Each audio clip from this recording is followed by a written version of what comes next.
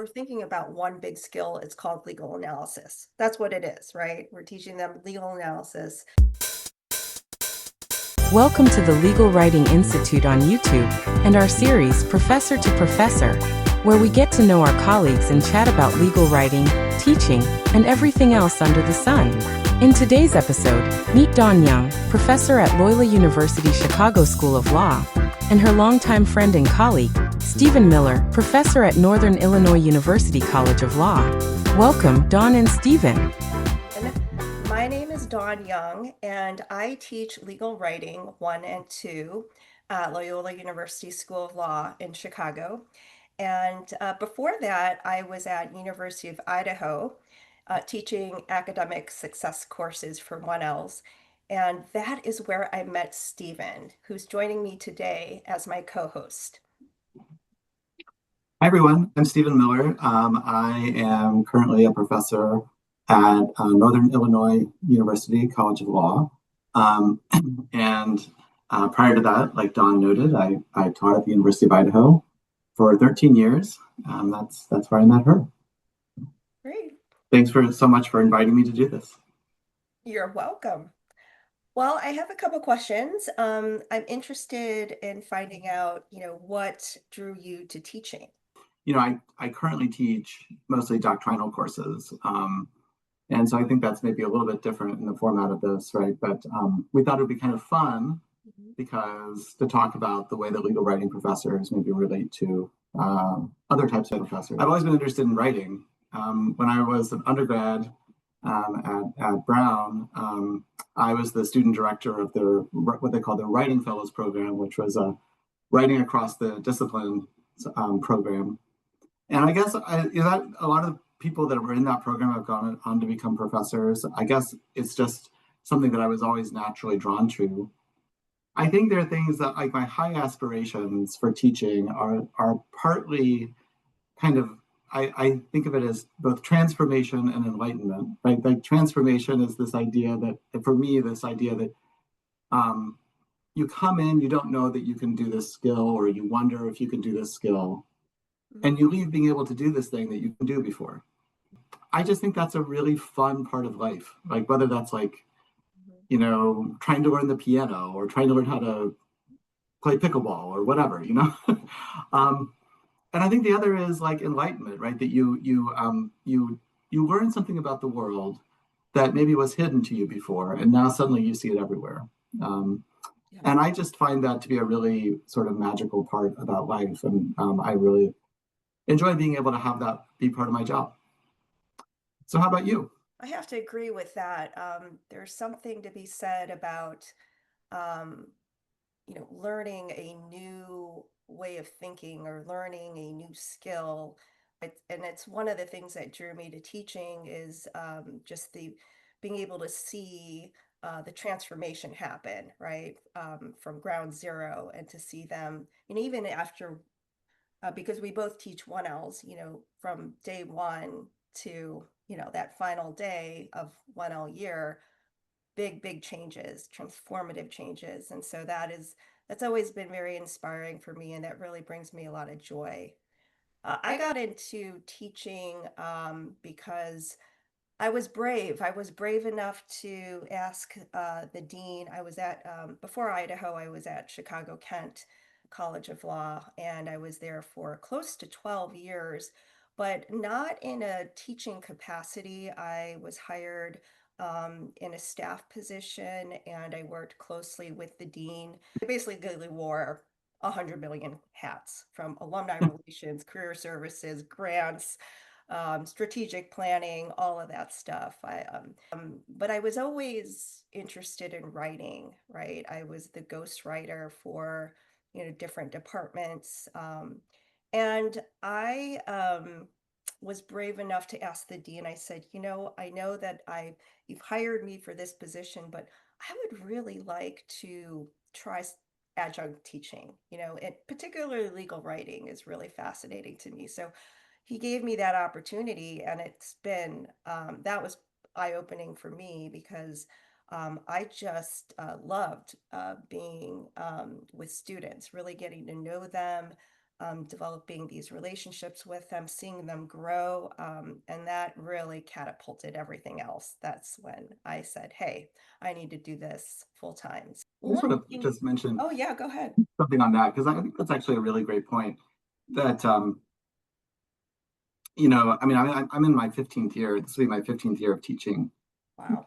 and you know, over the long course of a trajectory of a career, you know, I think having that bravery to try something new is just really Yes. essential. If we stay in our comfort zone all the time, um, we're not challenging ourselves, right? So it does take some risk and some bravery to try something different, right? And you never know what can happen with that. So I'm glad I did. Yeah. I'm glad I took advantage of that.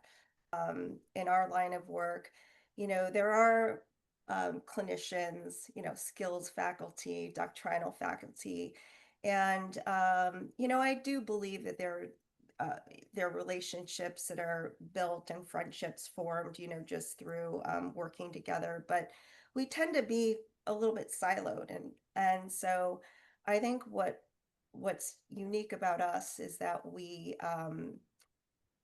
found common ground in terms of one goal, and that is to help our students succeed.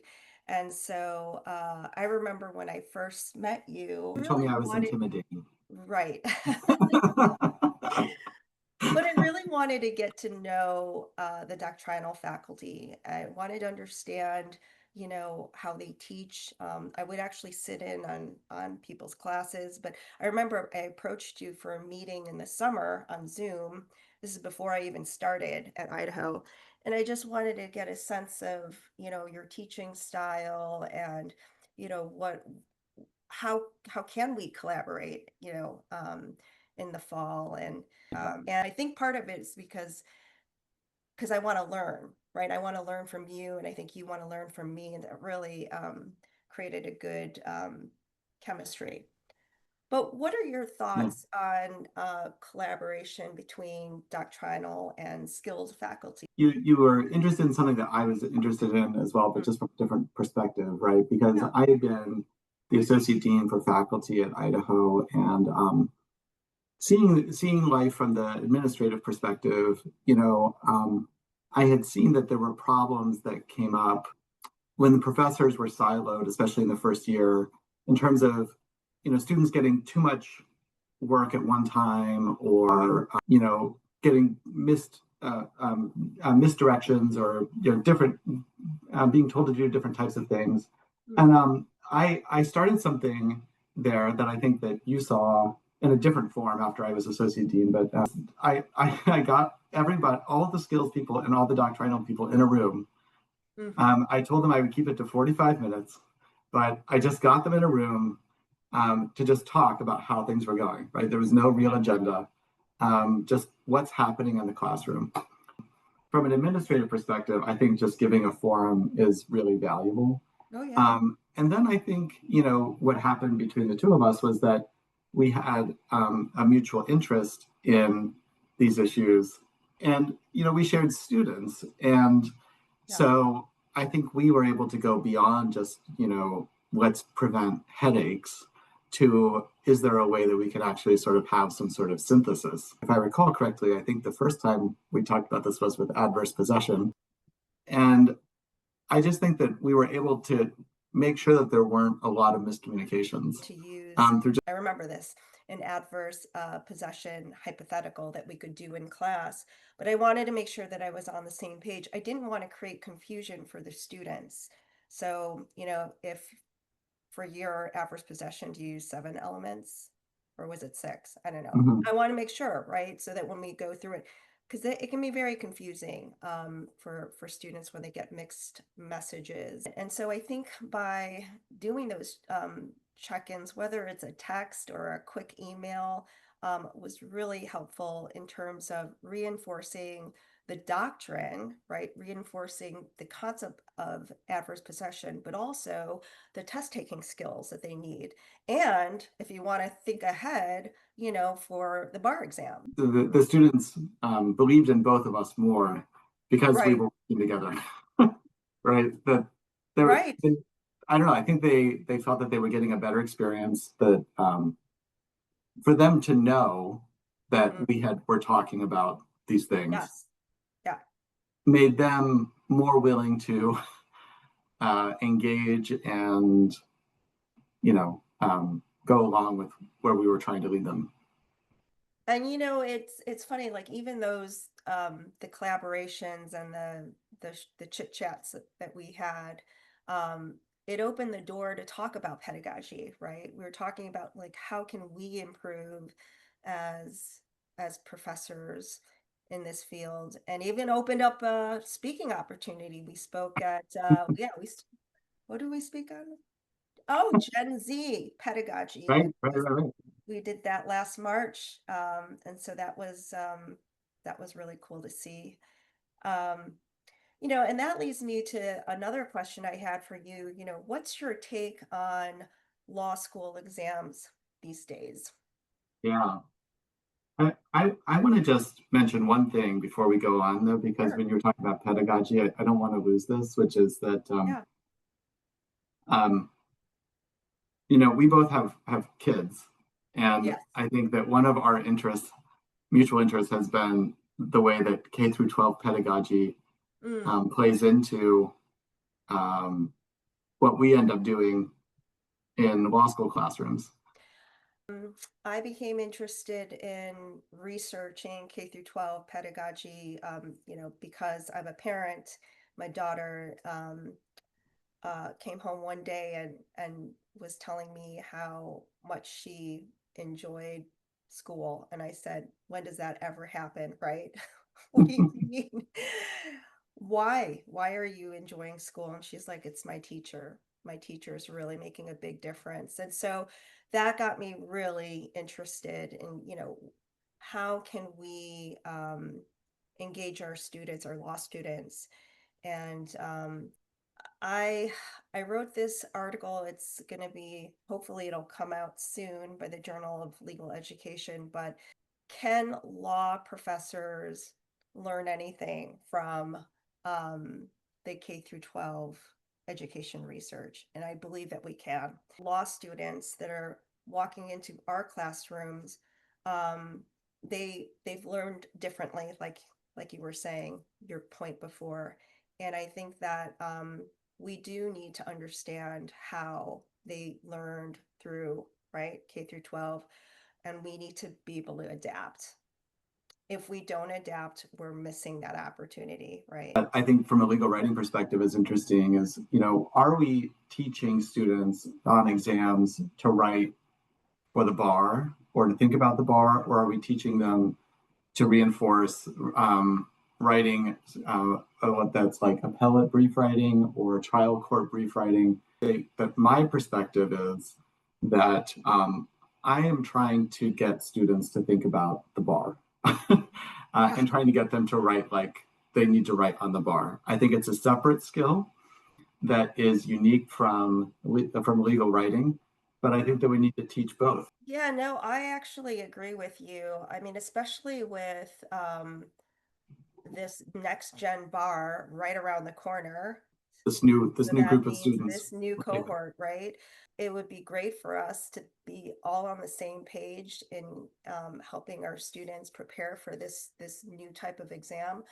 I think in terms of the next gen bar, some of the new things that you're going to be seeing are integrated question sets. And that's something that, we haven't done before, So I think that there are things that we can do in the classroom, even if they're short, right? We could do short quizzes or short questions, short hypos, similar to what they'll be getting on the next gen bar, and really focus on more client scenarios, integrating more counseling, role plays, investigative tasks. There are things that you can do, but it takes some time to think about it, but I think there are things we can do to weave into the day-to-day class.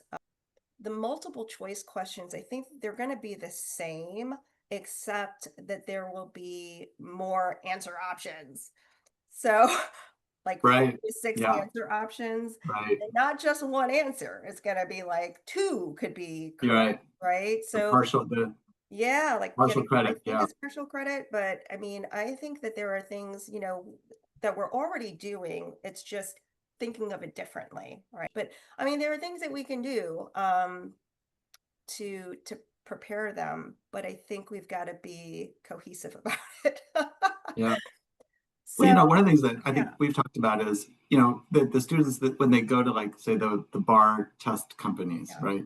Hmm. They're teaching them to um, separate out the elements, to highlight words, um, Oh, yeah. do mini IRACs.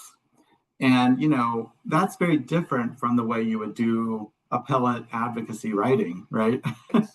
Right. So Right. I don't know. I mean, I'm curious, do you talk to students about that in your classroom? All the time. I think that is so important. I think that it's not any different. We're teaching them one big, if we're thinking about one big skill, it's called legal analysis. That's what it is, right? We're teaching them legal analysis, issue spotting, right? The uh, rule synthesis even, and then applying the law to a given set of facts. Even in the structure of a um, interoffice memo or the structure of a persuasive brief, you still have to have those foundational skills. So the bolding of, you know, um, words that have big significance in a rule, reasonable person or reasonable standard, like I would want them to bold that just for that pre-work before they actually sit down and write the substance of the brief, right? So I think it's important to reinforce those skills all across the board. I don't care if you're a clinician or you're a doctrinal professor or whatever type of professor you are in law school, it's the same thing. It's legal analysis. So I think we're just helping our students by speaking that same language. It's interesting, this year for the first time, so NIU has like a definite midterm date. And so the class before that, I took half the class and we did midterm prep and we did two short answers, short essays. Mm. And then we went over them and we talked about how we could structure them. And then I had a model answer. We talked about what was good and bad about it. I tried to tell them, like, look, don't do the rule dump. That's my Yes. number one rule. But I told them, like, look, like most bar exam graders are gonna read this in 1 to 2 minutes at most. And I think that they would be shocked at how much time, judges or clerks may actually spend on the analysis. For the bar, I just think that teaching the students how to engage with that and make it a really easy to understand thing for someone who's a grader and going through it. Do you have any thoughts on, maybe from the legal writing perspective, on how you're thinking about accommodations? It may Well, not affect you quite as much. I'm not sure. yeah, I was just going to say it doesn't affect me quite as much in terms of legal writing is some challenges with executive functioning. So that is, they have this big um, office memo or a trial brief in their spring semester, and it's worth, a significant portion of their grade. And it's a long paper, right? In terms of prioritizing tasks, right? That really goes to the self-regulation and being able to manage their time and say, okay, well, from this week to this week, I really should have the major part of my discussion, the outline of my argument. I should understand the cases and then this week I'm going to focus on, right, the question presented or brief answer or whatever they're working on. So when students don't, if they're not planning those things, they get really screwed at the end. They're basically staying Yeah. up all night, right? And it's affecting your class because they haven't gotten any sleep. I think that being very explicit about studying techniques, strategies, and things that they need to be doing. You can't just assume they know how to plan, right? Or you can't just assume they know how to read through a long fact pattern in a very brief amount of time, be able to, you know, think about their outline that they've created, right? And state the rule and apply it, you know, like even issue spotting. Well, what doctrinal faculty can do is in class actually take some time to do these quick quizzes or a quick, you know, maybe do um they don't have to like write out the entire answer, but what they could, you could give a fact pattern and say, this is going to be timed, do what you can, right? And in bullet point form, and then we'll talk, we'll regroup, we'll talk about it in class. That way, you know, it's not taking too much of class time, but they're getting the practice to be quick with it. So I don't know. I don't know if that's Yeah, I helpful. think, you know, in practice, right, a key element is being able to take a big project and break it down into small projects, Oh yeah. right? And I think that legal writing maybe is doing this more than any other Yeah. um, part of the first year. They're producing something for you on a timeline, right? Yeah. Um, Agree. that's big, right? And so while we're doing that in terms of IRAC and Socratic and all that stuff, right? They have to actually produce something in your class, right? Over and Yes. Yeah. if they lose the timeline, then um, they're they're gonna have problems. A lot of legal writing professors, they structure their classes in terms of building blocks. And so, and I do think that that is a very helpful approach for students. At least at Loyola, we give them an opportunity to work on, you know, one CREAC, right? For maybe just like one case. And this is for the close memo. We'll give them the case and they do a CREAC for that, which includes the introduction section of it.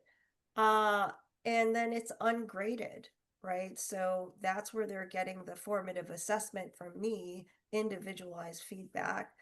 And I think that's tremendously helpful, although it's tough for them because this is the first time they're getting feedback from a law professor, which brings me to my next point. Next question I wanted to ask you was, you know, what are your thoughts on feedback? Feedback is the challenge, right? Because Uh, um, you know the students need it, right? It's definitely one of the best ways that you learn. It's hard to do in a large class effectively, oh yeah. right, on an individual level. Um, and I also view, you know, I've always tried to toe a certain line where I want to give as much individualized feedback as possible, but Mhm. I also don't want to burn myself out, and I want to be able to do this for another 15 or 20 years, you know? And I got to figure out some way between the two, right? Like there Right. are people that I know are doing more than me. For me, it's been, you know, we've talked about some of these things. I've developed what I think are sort of a, you know, a panoply of different approaches that I think are kind of um, uh, useful ways of teaching and giving feedback, but at a mass scale. Um, so, you know, like in property, one of the things that I do, um, to reinforce doctrinal things, I give them 10 sets of 10 multiple choice questions so that they have to do over the course of the semester, they do 100 multiple choice questions. And then I have detailed analysis of what's right and what's wrong. So that's sort of a the basic thing. And then for the midterm and the final, I write memos where I give them statistics about how people performed on different parts of that.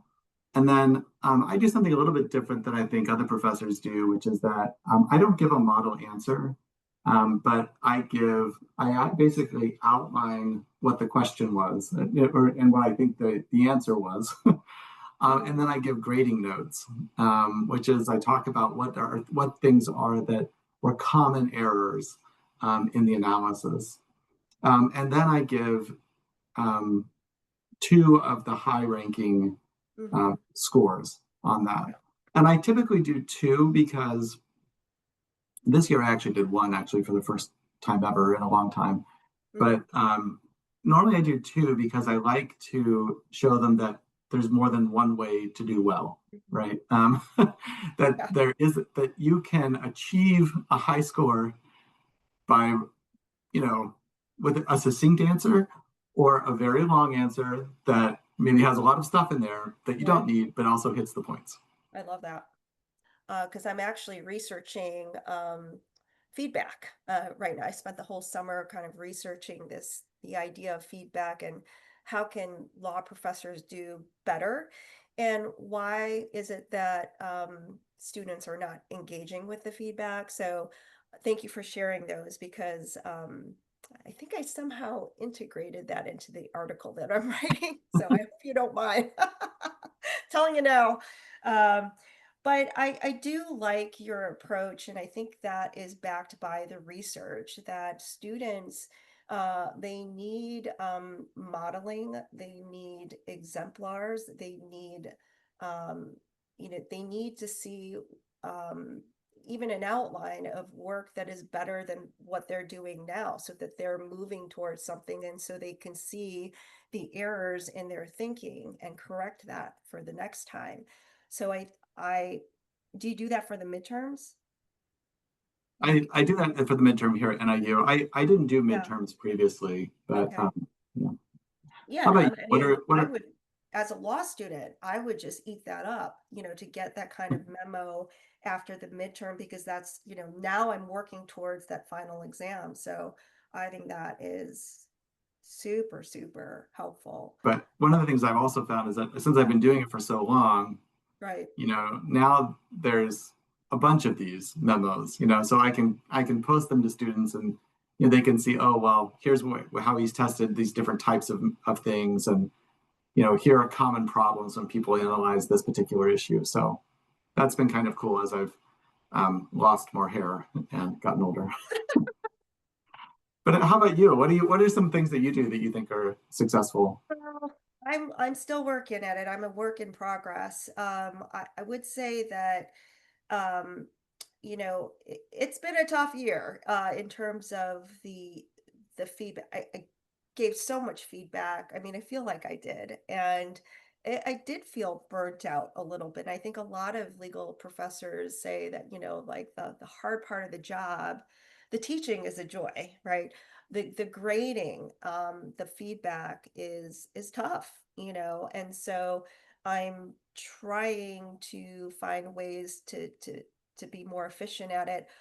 But I give feedback, individual, like I'll make individual comments on every paper. And then what I do is, and what you do is you give general feedback, these are the common errors that you found, right? And so they get it individual, and they get the feedback in a whole class, right?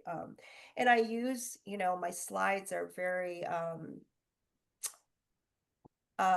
they're visual, right? So I'm trying to hit learners at students that learn differently, whether some students really like the slides, some students, they'll listen and they're more auditory. So try to give the feedback in different formats. But in addition to the whole class feedback, we do have individual conferences. So that is, they meet with me, and thankfully I have some legal writing teaching assistants. We call them tutors here at Loyola. But I mean, I think that's why we are given so many tutors, because it's a lot, right? Um, I think writing is the most intensive thing to teach, whether it's legal writing or yeah, anything. It is a time intensive. it's It is very the most time. value. It is the most valuable skill for a lawyer, right? But it is just there's so many components to it, right? There are a lot of components to it. Um, it's very rewarding though, because it's such a critical foundational skill. I mean, it's if you're not writing well, then you're not if you're not communicating your analysis well, that's usually a sure tell. It's telling the reader that you don't really understand, right? Like, not really grasping, Yeah. the nuances of the law, right? If you can't communicate that. So that's why that I think the legal writing is And they also do oral advocacy, so they're doing their oral arguments, which is also another skill that they develop their second semester. But it's very rewarding, to see their Yeah. growth. Yeah, Well, I'll just mention, I mean, I know we talked about this and yeah. just a little pitch for something that I've been interested in, right? Which is that, as you know, I also did this master's of fine arts in fiction writing. And I've been interested in thinking about the way that narrative plays into, the way that we write both for courts and for other things. And I know that doesn't really have like a, I don't know, I think it's hard to bring into the first year legal writing when you're really trying to teach analysis. And it's almost like you could uh, undo all the hard work that you're doing with analysis. But it's funny that, there's the way that we present facts and stuff in briefs or in legal writing, I think does have this narrative. People talk about trial narratives. There's actually like this whole cottage industry of people that kind of teach like trial narratives and Oh things yeah, like that, yeah. and so we don't really do much of that in law school. I did teach one summer course at Idaho on law and narrative. That wasn't really, it wasn't a long literature class. It was really like very like practical oriented, right? Like how do you actually create and draft narratives that achieve certain ends to different types of cases. But I thought that was really fun, and I don't know. I wonder if someday there will be more. There is obviously already an existing legal writing subgroup that's interested in narrative, but I wonder if someday that will become like a more common upper division elective or something for legal writing. They do have to um, persuade the reader in a persuasive brief. So we do talk about themes and storytelling, and that even the statement of facts in a brief, you can write it in a way that where you're telling your client's story, right? Making it Right. compelling, right? So, yeah, no, that's a really good point. Any summer projects? What'd you do over the summer? What I do? Hmm. Well, to be honest, um, well, so I'll start with the legal stuff. So I added a couple treatises, so I updated those. And then I'm working on a law review article Nice. that is basically about it's very abstract. It's about sort of the idea of discretion in local government decision making, which has come under fire and has been blamed for a lot of things like the affordable housing crisis and things like that. And what I want to try to do with the article is to kind of reframe some of that. I think that the criticisms are legitimate, but I think that it's both kind of one of those classic sort of legal things, both overbroad and and not broad enough at the same time.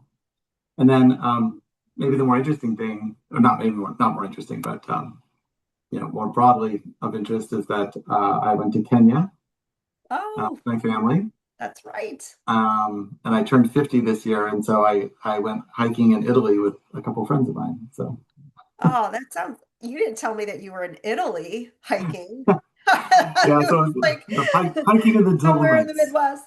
What's that? hiking in the Dolomites. Yeah, That sounds amazing. it was a lot of fun. How about Good. you?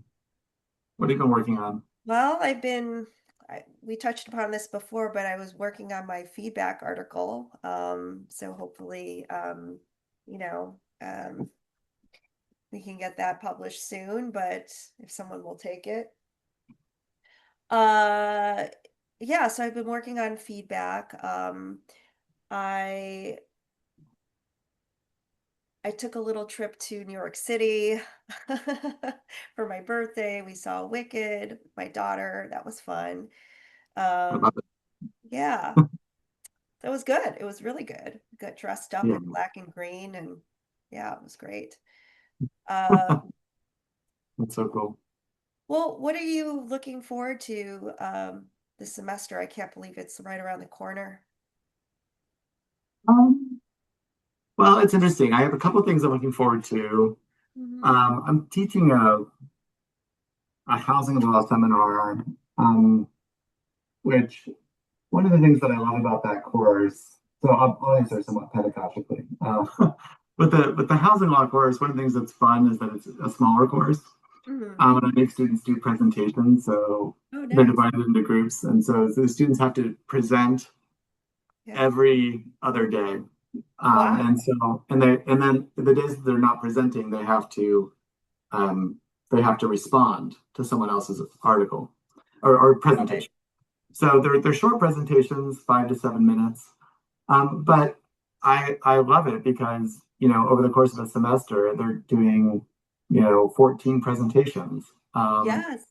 and it just gives them. I find that it's kind of we were talking about just different ways of doing advocacy. It gives them you know this opportunity to orally present something 14 times in a really quick Yep. way. And I just think I've at first I thought I was slightly crazy for doing it, but the students love it, and it works really well. I'm also going to do a competition on that, which is something else I started to do. Oh, fun. I make the students do competitions for, make a presentation for. I did this with my land use law class too, for a particular project site, and then they vote as to which one they want to be developed. And I found that that sense of student competition is actually a great motivator Yeah, I think so because, too. like, you're not just showing this work to your professor, you're showing it to your future colleagues. And Yeah, I find that creates a lot of excitement. I love Um, that. and then the third thing, which isn't going to happen until the spring, but I'm also looking forward to, is I also do this easement assignment where I make students negotiate an easement. And I think this year I'm going to try to add something to it where I make them actually use artificial intelligence, AI, to You draft should. Yeah, to draft the first version of the easement. that's so cool. So I don't You're know how just that's getting going to all of the go. next gen bar skills too.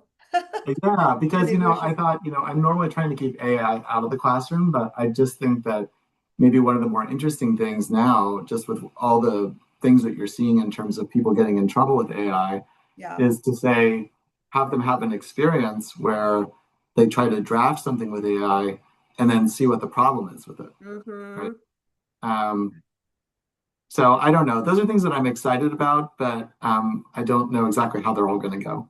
So how about you? Well, you're giving me some great ideas. Well, I'm excited about trying to integrate some of those. We were just talking about the next gen bar. I'm excited about incorporating some mini exercises related to legal writing because the legal writing and the research is still going to be tested on the bar. So these are things that I have to think about in the planning of classes, but I'm excited to tinker with some new things. Um, but it looks like we are running out of time, and just wanted to thank you for being my co-host for this fun project. And yeah, no, I really love learning from you, Stephen, and thanks for being my No, teacher likewise. here. Yeah, no, I'm so glad we've been able to, we've had this sort of mutual move where we both independently moved like to the Midwest and we've been able Strange, to stay yeah. in contact and all that. So because, yeah, I mean, I think that one of the things that I love about working with you is that, you're just always interested and curious about the next thing and trying to make it better. Oh, So I think that that's kind of, for me, what makes teaching fun, and it's fun to have a compatriot. ditto. Right back at you. All right. All right. Well, we'll catch you later. Thanks All for right. Sounds joining good. us. Bye-bye. Introduce yourself to your LWI colleagues. Grab a friend, record a chat, and share a link. We'll do the rest. Scan the QR code to volunteer. Thanks for watching LWI's Professor to Professor.